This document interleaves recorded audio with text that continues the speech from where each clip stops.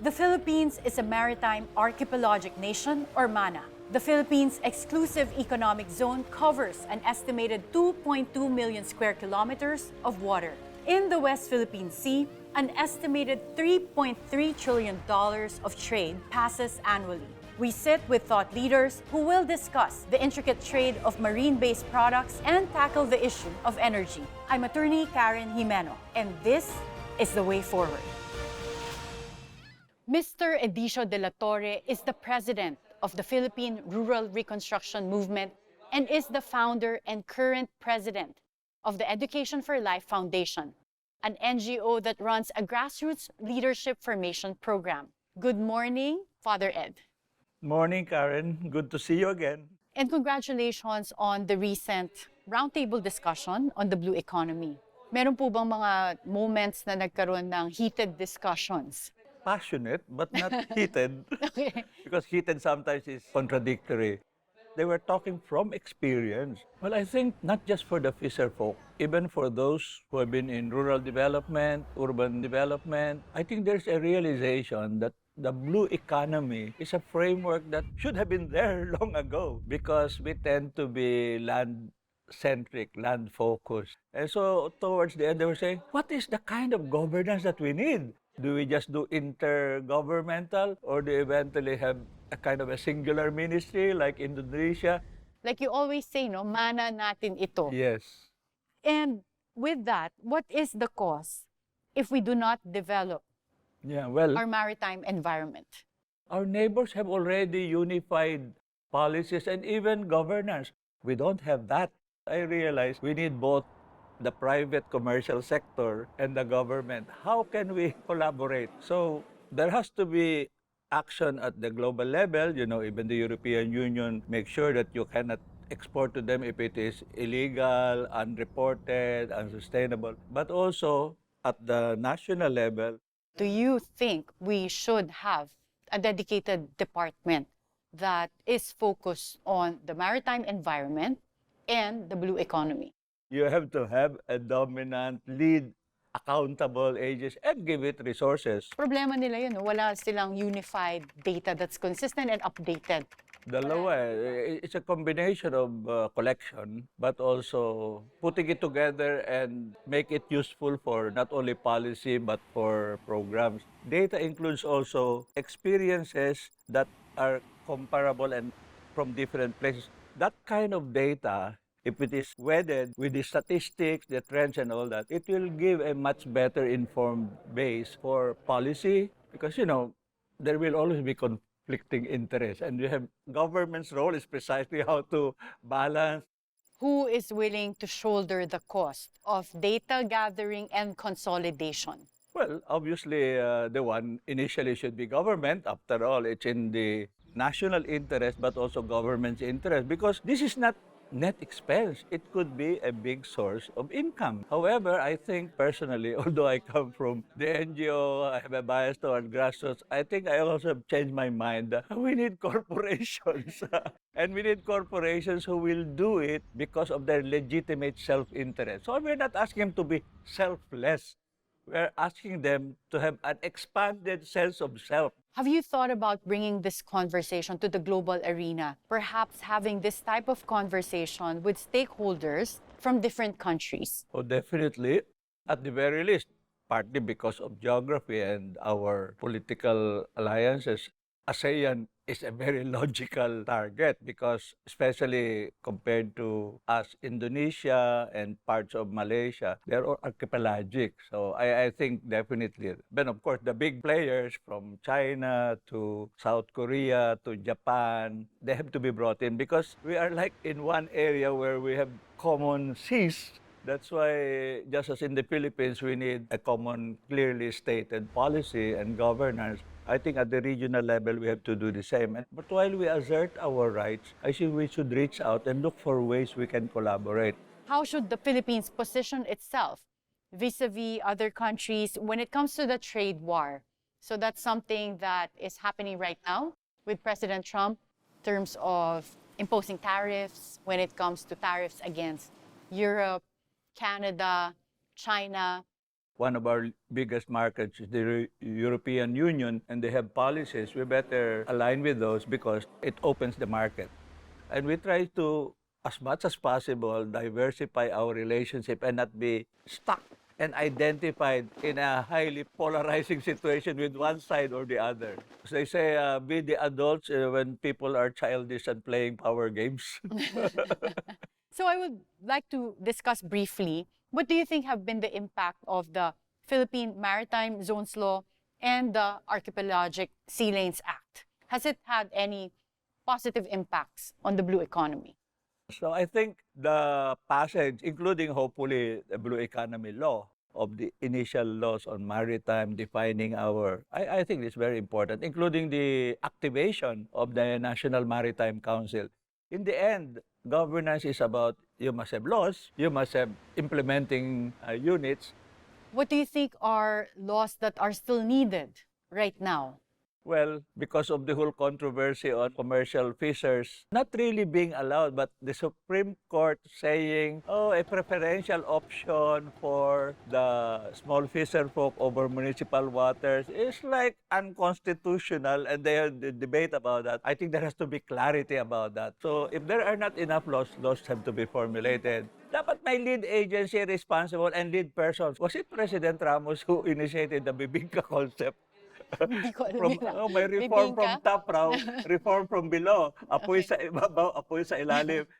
Thank you so much, Ed. Very insightful as always, and it's always an honor to interview you. Well, the pleasure is all mine, but more important, as they say, in addition to insights, what's more important is to pose questions that force me to think. And you have done that constantly every time we meet. So thank you. Maraming salamat. That was Mr. Edicio de la Torre, and I'm Attorney Karen Jimeno. And this is the way forward.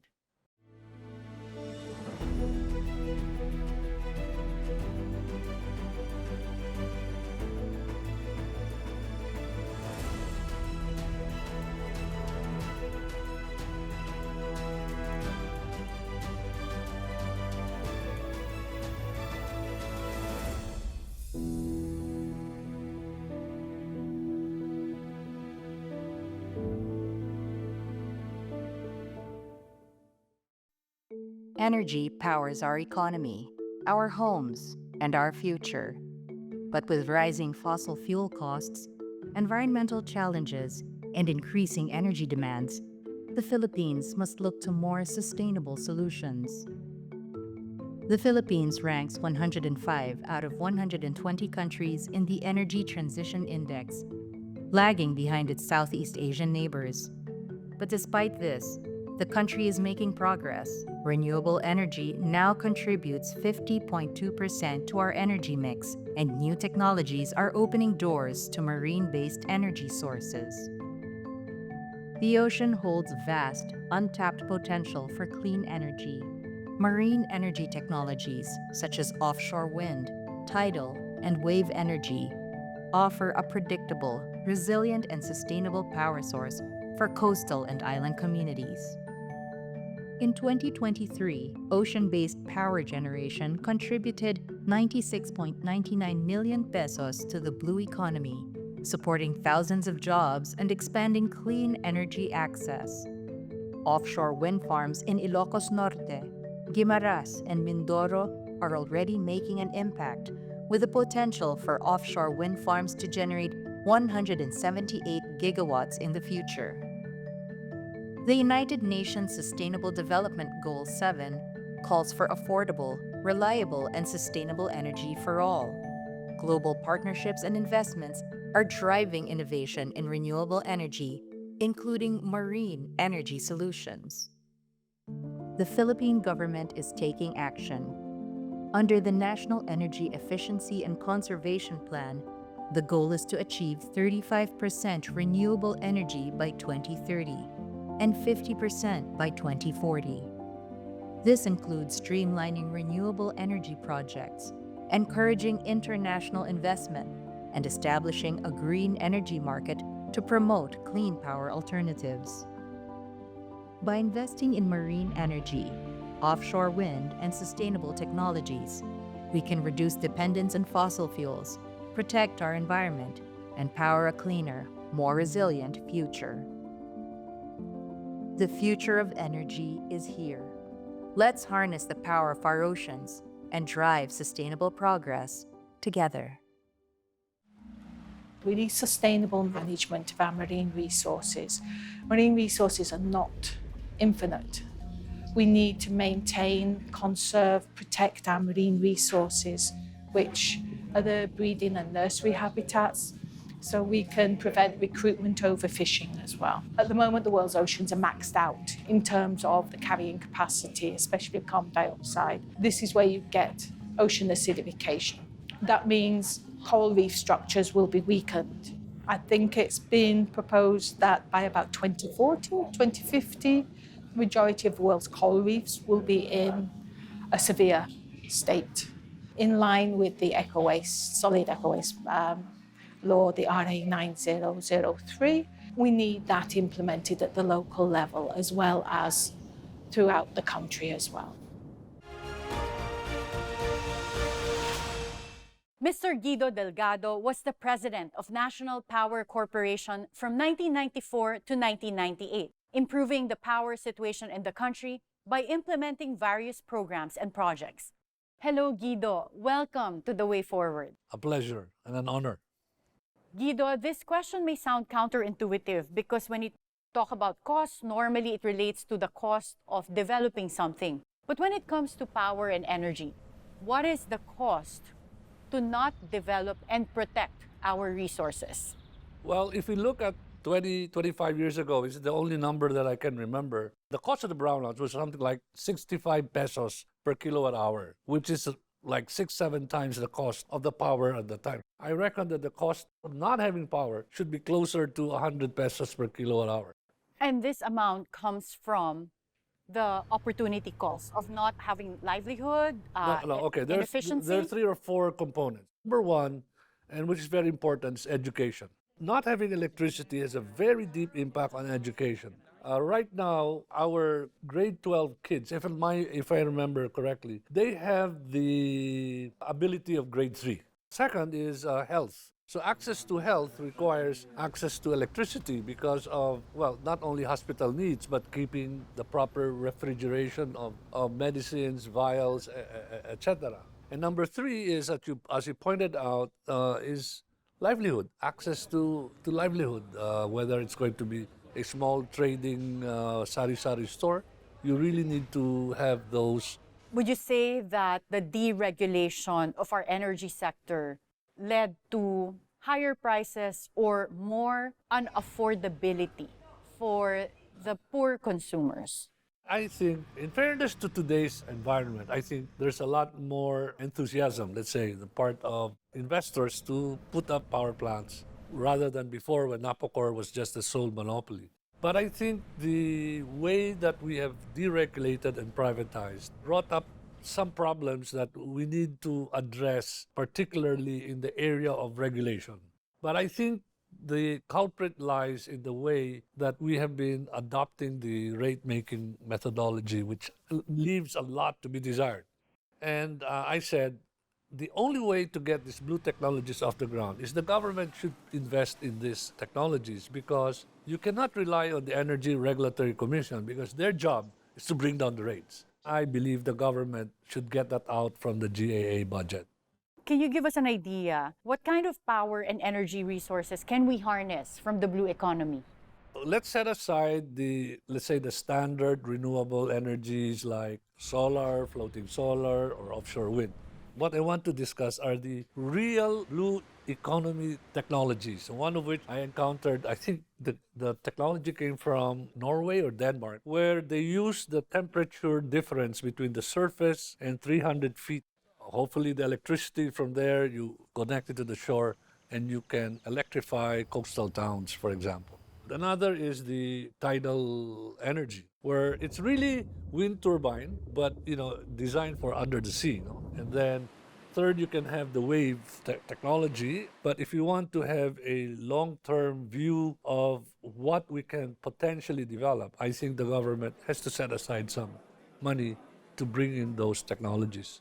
in collaboration with the other countries. How would developing these types of resources with new technologies go hand in hand with any efforts to revive nuclear energy in the Philippines?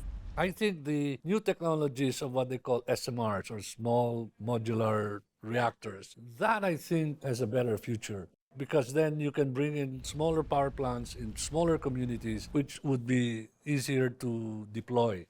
The energy produced from nuclear power has shown that it can be cheap and affordable, and we've seen this all over the world. Now, there is consumers in what they call SPUG islands, or the small island grids. They pay only 7 pesos because that's subsidized. So you and me are paying 24 minus 7. So that's about 17 pesos per kilowatt hour. The people of Luzon, Visayas, we pay for that difference. So if your technology can replace that kind of cost, then that's the perfect place to go and implement these technologies. But I'm going to go back to the competitiveness of the Philippines. If we require consumers to subsidize all of these unbundled charges instead of the government, then we won't be able to compete with our neighboring countries in terms of attracting investments for manufacturing and even data centers or other types Definitely of not. industries now, Definitely energy not. intensive. They still have to go through that competitive selection process and the Energy Regulatory Commission approval. So you have a huge regulatory risk. So putting up the nuclear power plant, that's the easy part. Getting the nuclear power plant to sell to Meralco or to all the cooperatives, that's the challenge. With your experience, you were involved in NAPOCOR and your years of experience in the energy sector, do you think that there is a need for an overarching law that will cover the blue economy? As far as energy is concerned, there has to be a huge change in the way that the new blue ocean technologies will be introduced into the power sector. So that's one. Second is there has to be a decentralization of the development of that power through what's called distributed energy resources. So local, local, local. Thank you so much, Guido. Very Always a pleasure. wise insights. Thank you very much. Again, that was Guido Delgado, and I'm attorney Karen Jimeno. And this is the way forward. PRRM has spent over 7 decades in rural development. We were biased in favor of farmers, and the fisherfolk told us, food is not just rice, it is also fish. The Philippines is more than 300,000 square kilometers of land. Our exclusive economic zone is 2.2 million square kilometers. We are the 15th largest fishing nation in the world. The Philippines is a Maritime and Archipelagic Nation, or MANA. Mana natin ito. We must defend it.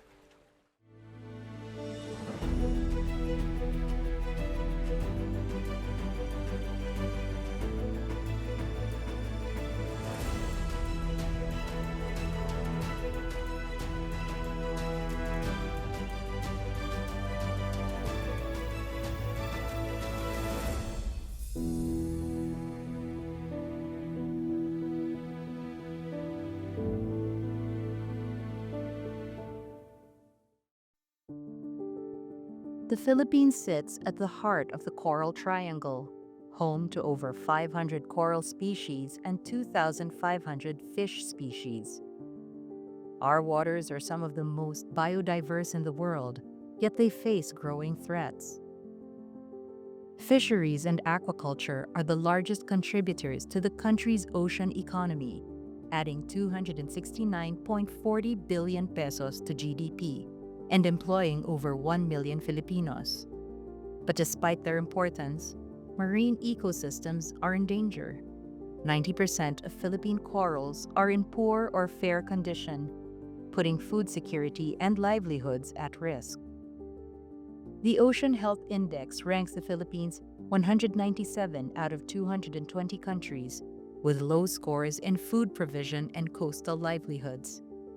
Challenges like overfishing, plastic pollution, habitat destruction, and climate change are taking a toll on our marine resources. The Philippines is taking action. As part of the Coral Triangle Initiative and multiple global agreements, we are committed to protecting biodiversity, conserving marine habitats, and ensuring sustainable fisheries. Locally, the government has implemented key initiatives such as marine protected areas, coastal and marine ecosystem management programs, and the Philippine Ecosystem and Natural Capital Accounting System, ensuring our marine resources are valued and protected.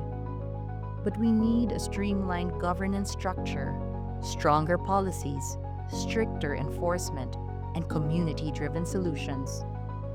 By empowering local governments, reducing destructive fishing practices, and expanding marine protected areas, we can build a resilient and thriving blue economy. Our oceans are our lifeline. Protecting them today means securing food, jobs, and a sustainable future for generations to come. Join the movement. Support sustainable fisheries. Protect our seas.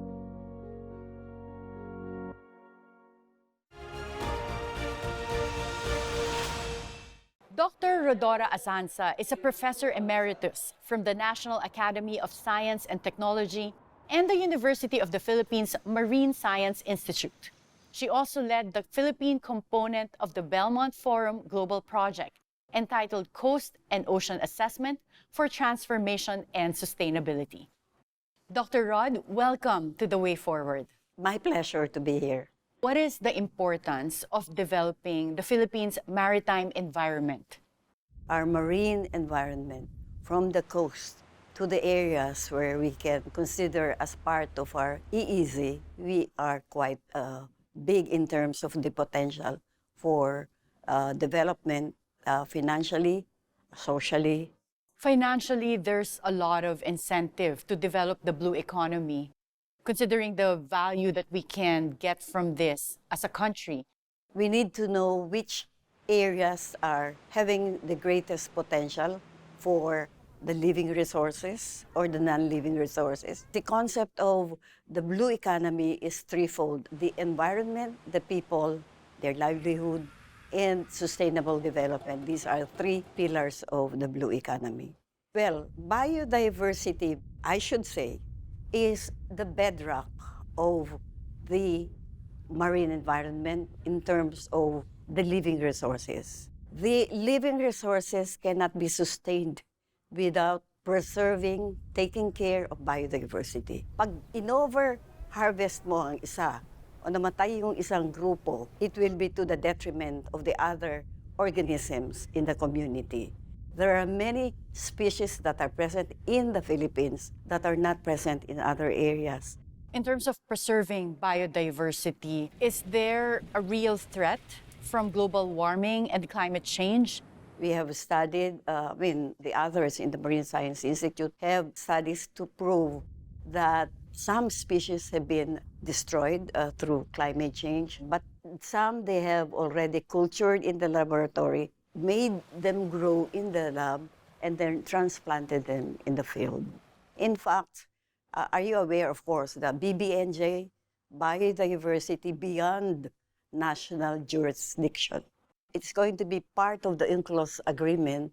It's going to be approved by many countries. You have to have agreements between nations that all of us should take care of that biodiversity, not only for our country, but also for the rest of the world, for the rest of humanity.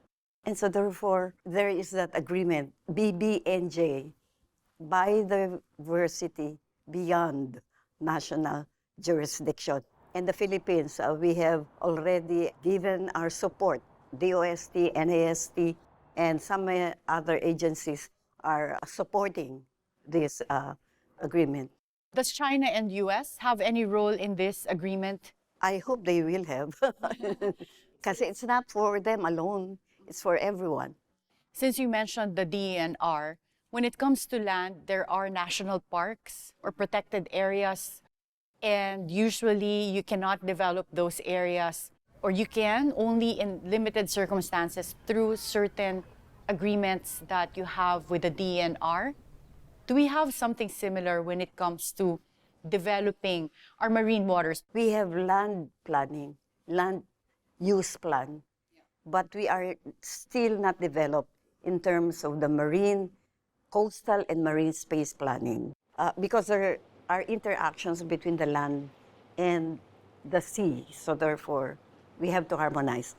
The late President Ramos started, I think it was passed during his time, that there is a national integrated protected area system, but we need to have a structure where this could be really monitored, the implementation, and how it was to be improved.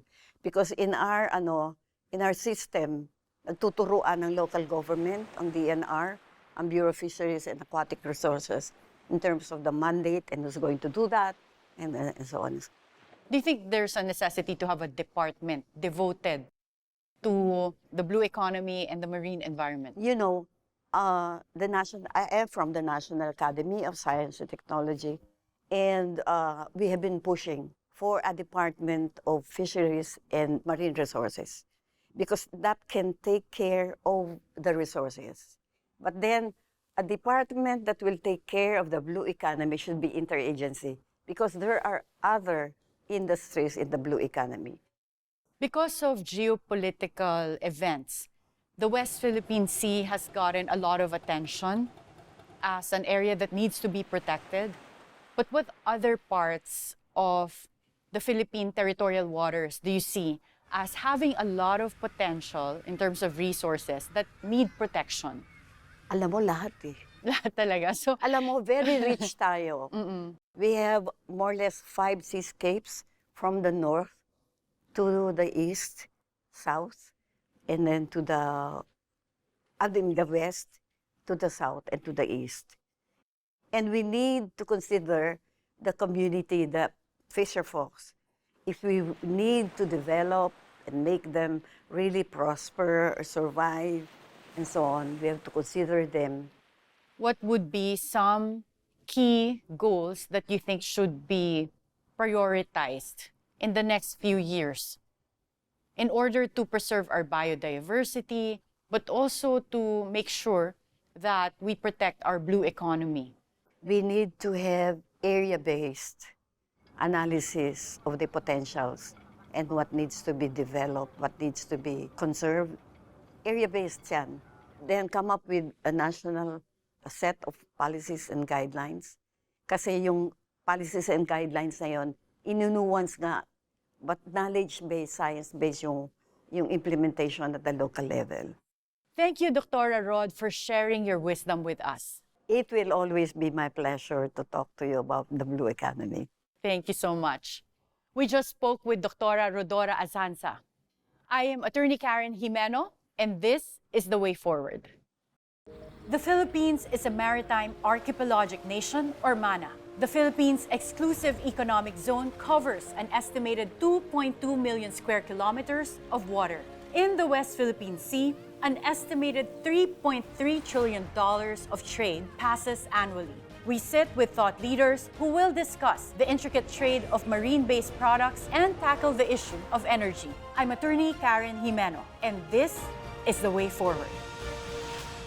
PRRM has spent over 7 decades in rural development.